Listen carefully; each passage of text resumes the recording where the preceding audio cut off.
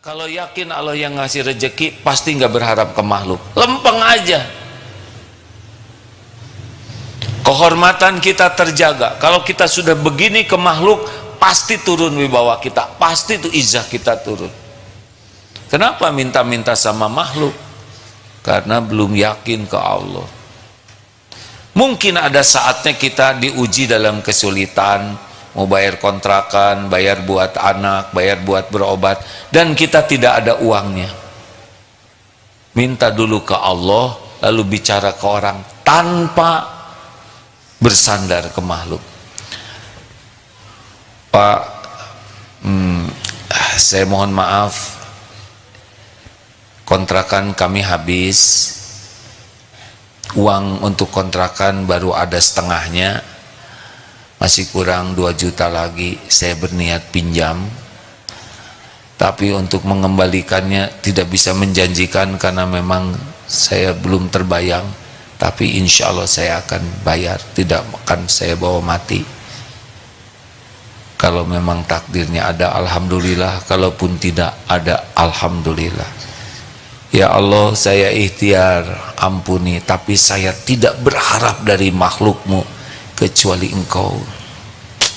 Maaf ya dek, saya juga masih belum bayar kontrakan.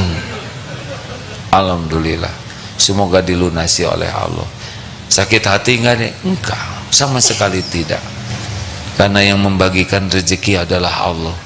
Kalau belum rezeki saya tidak akan ada, kalau sudah waktunya pasti ada. Semoga Bapak juga dilapangkan rezekinya. Masya Allah, saya salut lihat adek bicara seperti ini. Ngomong-ngomong, adek sudah punya istri belum? Belum Pak, sama dengan saya udah nggak punya kontrakan, nggak punya. Rupanya Bapak lebih apes. Udahlah, jangan ada kecewa-kecewa dengan dunia ini ya. Lalu hadis yang tadi, coba ini hadisnya belum selesai. Wa ja'ala ghinahu fi qalbih, dan Allah menjadikan kaya di hatinya. Wa atathu dunya wa hiya raghimah, dan dunia akan mendatanginya dalam keadaan hina. Artinya kalau tujuan kita akhirat, yakin Allah yang membagikan rezeki, kita bekerja, kita dagang, tapi bukan semata untuk uang, tapi jadi amal soleh. Amal soleh yang kita lakukan. Bekerja itu amal soleh, dagang itu amal soleh, ngajar itu amal soleh. Gak diukur dengan uang, walaupun kita transaksi uang, tapi Allah yang kita yakini pembagi rezeki. Dapat rezeki, potong zakatnya, sedekahnya, melimpah, wakaf, gak ada beratnya. Karena hatinya sudah dibuat kaya, tidak akan takut miskin. Mana qasat shadaqatun min malin, tidak berkurang harta dengan sedekah. Jadi enak, dan sedekah itu yang bikin bahagia, bukan banyak tabungan yang bikin bahagia. Sedekah, nolong orang, makin banyak sedekah, makin bahagia hidup ini. Makin pelit, koret, kedekut, buntut kasir, cap jahe, sudah nggak ada bahagianya, nggak ada bahagianya. Udah nggak usah cita-cita bahagialah orang-orang yang pelit, jebet-jebet saja. Hadirin, kalau mau sedekah nih nanti ya, coba yang biasanya 2.000 coba tingkatkan ke 20.000. Nah, belum juga keluar udah begitu. Dasar pelit kita ya, baru saja rencana.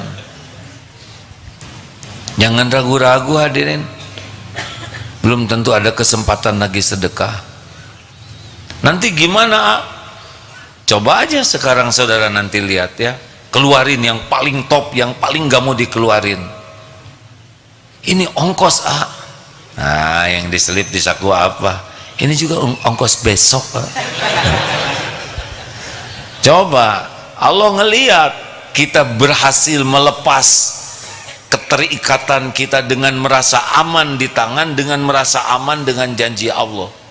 Coba saja, kalau ada di antara saudara yang jadi miskin gara-gara sedekah, gak usah rumit, sini lapor kepada saya, tulis berapa sedekah saudara, saya akan baca ya, dan saya doakan ya, semoga saudara ikhlas. Mau ngapain juga minta ganti ke saya ya nggak? Wah bodoh, aduh tadinya mah dipakai buat ngelunasin hutang. Hadirin, percayalah, selama ini aja kita pelit, dicukupi oleh Allah, benar? Nanti ada lagi kok, ada lagi, dan dunia akan datang ke kita Pak. Jadi kita bisnis, kita mungkin perusahaannya besar, tapi nggak ribet, nggak pusing, ada aja jalannya, beres, dan hati tuh nggak berat dengan dunia tuh, nggak lengket dunia di hati tuh, nggak ada beratnya, nggak megang. Kan pernah dengar ceramah, yang menderita itu adalah yang merasa memiliki. Orang kaya punya mobil bagus, di rumah itu ada si bapak yang kayaknya ada pembantu, ada tukang kebun, ada security. Mobil si bapak hilang di parkiran, di kantor, di tempat umum, padahal mobil mewah. Ada yang nyuri. Yang stres yang mana? Pembantu? Enggak. Bi, bapak hilang mobil yang itu. Iya Den, kasihan. Tenang weh. Tanya ke tukang kebun, Pak, bener mobil bos hilang? Iya. Itu si bos uring-uringan. Kok bapak tenang aja? Bukan punya saya mah. Yang menderita tuh yang merasa memiliki. Padahal serumah si bibi mah anteng aja dengan goreng telur, si bapak anteng dengan guntingin rumput. Yang menderita yang paling merasa memiliki. Mikir, biasa lah dunia mah ya, biasa aja. Makanya jangan takut tidak punya rezeki, takut tidak punya jujur, tidak punya benar ketika menjemputnya, itu yang menghancurkan. Jangan takut tidak punya rezeki, takut tidak punya syukur. Allah ngasih, kita tidak syukur, ini masalah hadirin. Kalau mau ditambah itu, la in syakartum la azidannakum. Yang paling gampang menambah karunia Allah adalah syukur. Kalau kita banyak bersyukur, udah dijamin itu. Nggak mungkin Allah mengingkari janji, mustahil. Allah sudah janji, kita syukur ditambah. Mau ditambah karunia, tinggal jadi ahli syukur. Syukuri apa yang ada, hati lega. Kalau syukur terus nanti qanaah, kapan kita ikhtiarnya, ikhtiar terus, tapi syukur yang ada. Bolehkah punya keinginan? Boleh, tapi tetap mensyukuri yang ada. Jangan sampai gara-gara ingin yang ada tidak disyukuri, karena yang mendatangkan jaminan Allah itu syukurnya.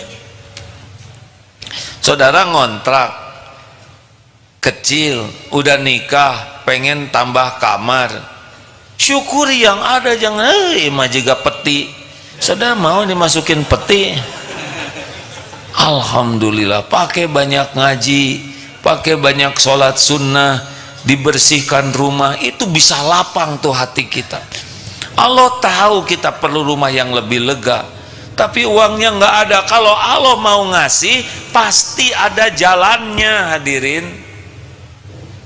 Kalau gaji kita sedikit, nanti ada orang udah tuh pakai aja rumah saya kosong tuh nggak dipakai, nggak bayar kontrak. Sama itu juga Allah yang ngasih, tidak harus selalu pakai uang kita yang bayar.